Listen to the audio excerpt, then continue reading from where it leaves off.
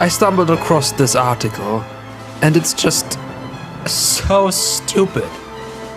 I read it and didn't even know what to think. It's so incoherent that I couldn't even come up with rebuttals.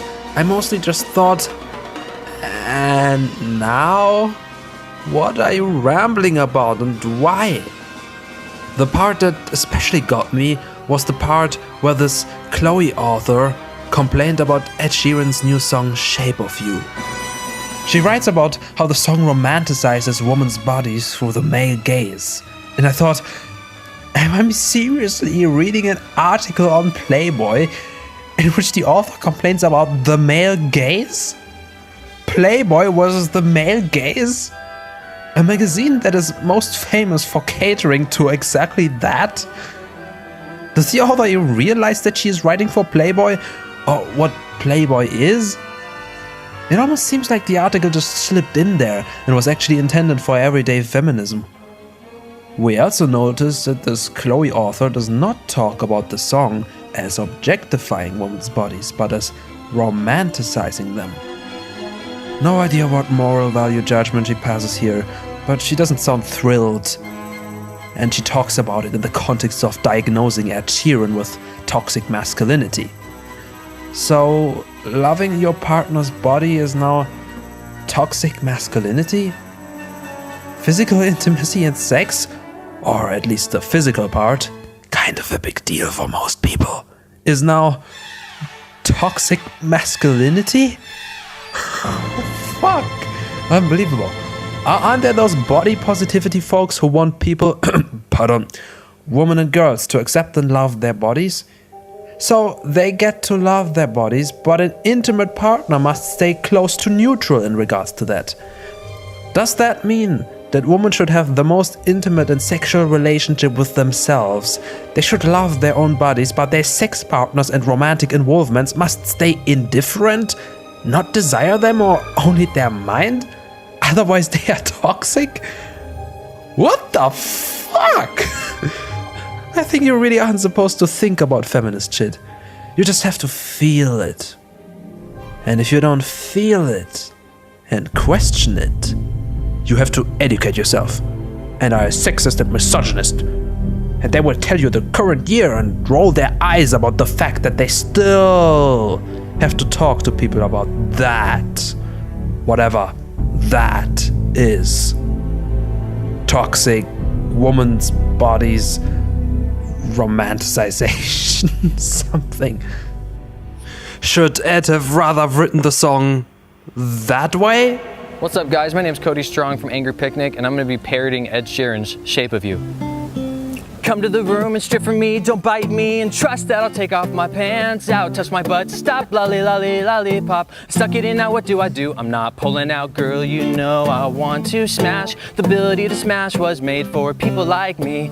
Coming now, Papa Molly, I may be horny, don't mind me, say boy, let's not bang too much, grab on my buns and put that butter on me, come and give me a baby, nippy, love that booty, let's smoke weed, I'm in love with the taste of glue.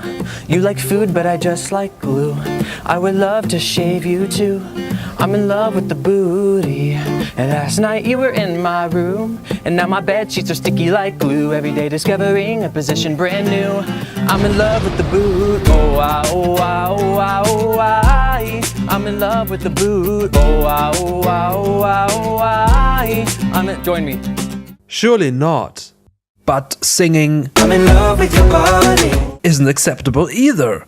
So, men just have to shut up about sexual attraction.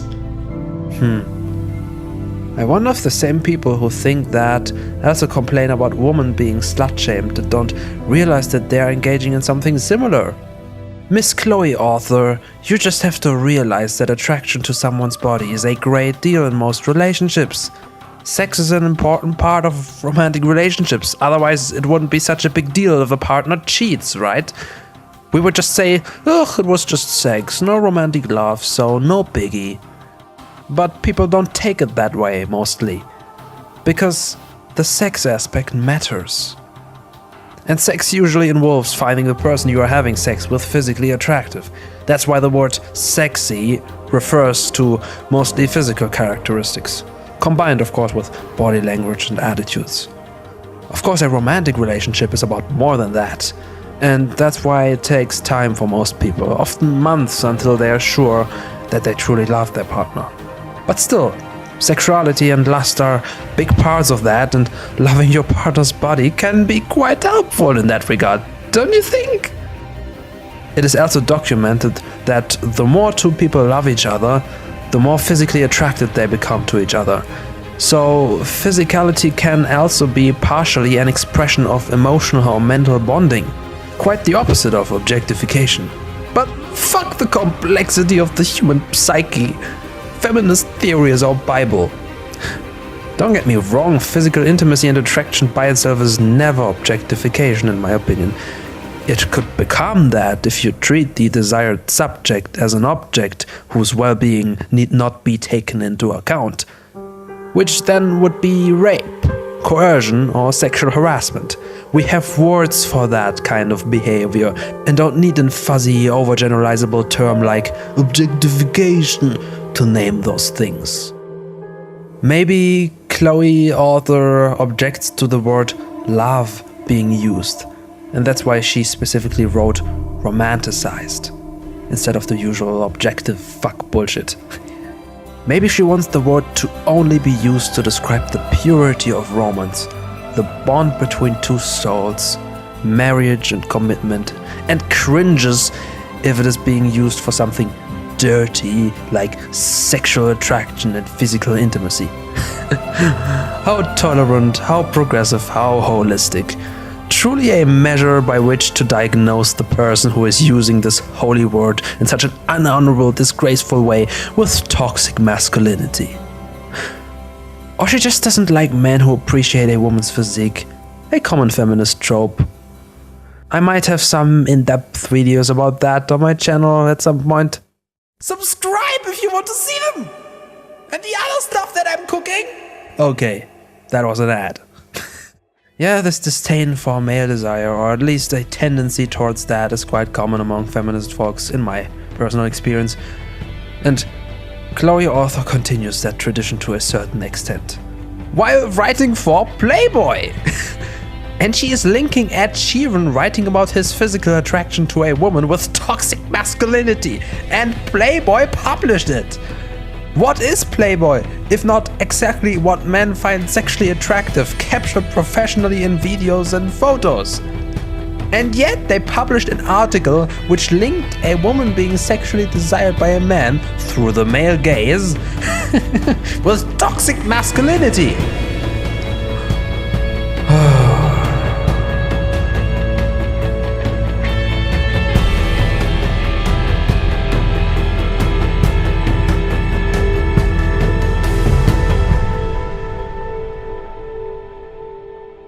And now, to give feminism a bit of credit for being the uncontrolled mess that it is, there's actually an article by another feminist, apparently, responding to the article at Playboy that defends Ed Sheeran from the charge of toxic masculinity. Good job! But something still bugged me about this article. Of course it did. A feminist wrote it. Let's read the section. We can't be mad at Ed for writing a simple pop song about loving the way a woman looks, which is the basis of the anger around you, when we glorify women for doing just that to men. It's Raining Man, Candyman, How to Be a Heartbreaker, or pretty much any Lady Gaga song.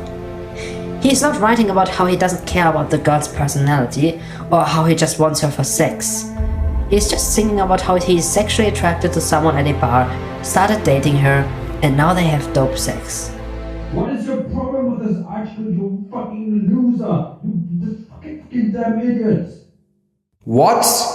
What's your fucking problem with this segment, you butthurt, hypersensitive, triggered, misogynist man baby? Hey, don't misgender me. I'm a composer, not a man. I don't identify with a gender. And my problem with this segment is this sentence. He is not writing about how he doesn't care about the girl's personality and how he just wants her for sex. Well, I wonder...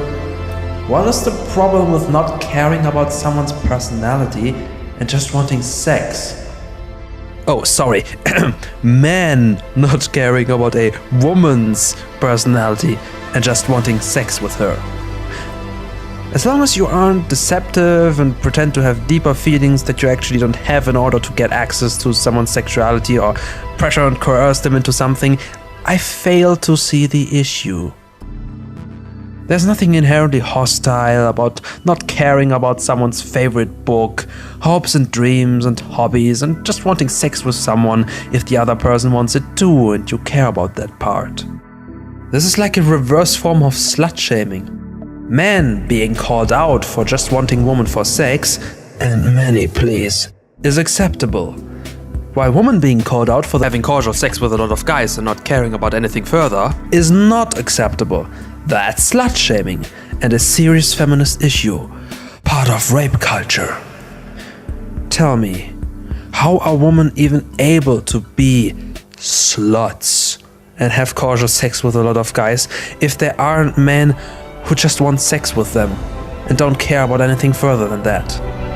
Are the women who sleep with a lot of men sexually liberated, but the men they sleep with are objectifying them because they aren't interested in more than sex? Surely not. But this is what you come out with if you follow this "men who only want women for sex is bad" rhetoric.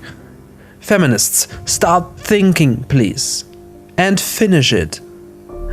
Further than that, if I would call a girl a slut, after which she asks, "What the hell is wrong with having casual sex with a lot of guys?" and I would respond, "You're just treating them as interchangeable sex objects and then throw them away, you slut.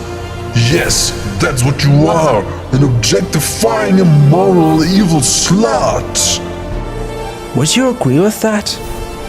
Would it be okay to slut-shame a woman who has casual sex with many guys with that reasoning? No? So, why does it work with the sexes switched? As if there's an invisible contract that men sign when sleeping with women that obligates them to care more deeply about them after the encounter, if those women wish so. Which is something that would be called male entitlement with the sexes switched. People don't have any obligations towards each other when they have quick sex.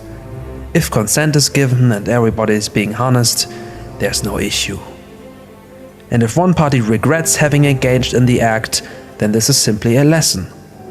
Sometimes you're gonna do things in life that you regret, sexually or otherwise, and it doesn't suddenly become rape or objectification when the person experiencing this regret is female. Stating otherwise seems like saying, women are babies and can't be held accountable for their own decisions. It's the daddies that are responsible. Men. Please stop it.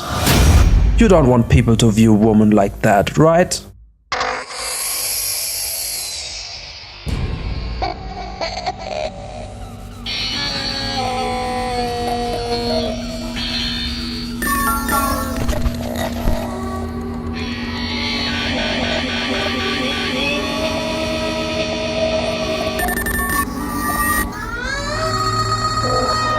Oh, fuck! Oh, I think I have to make another video on the comment section. Oh my god!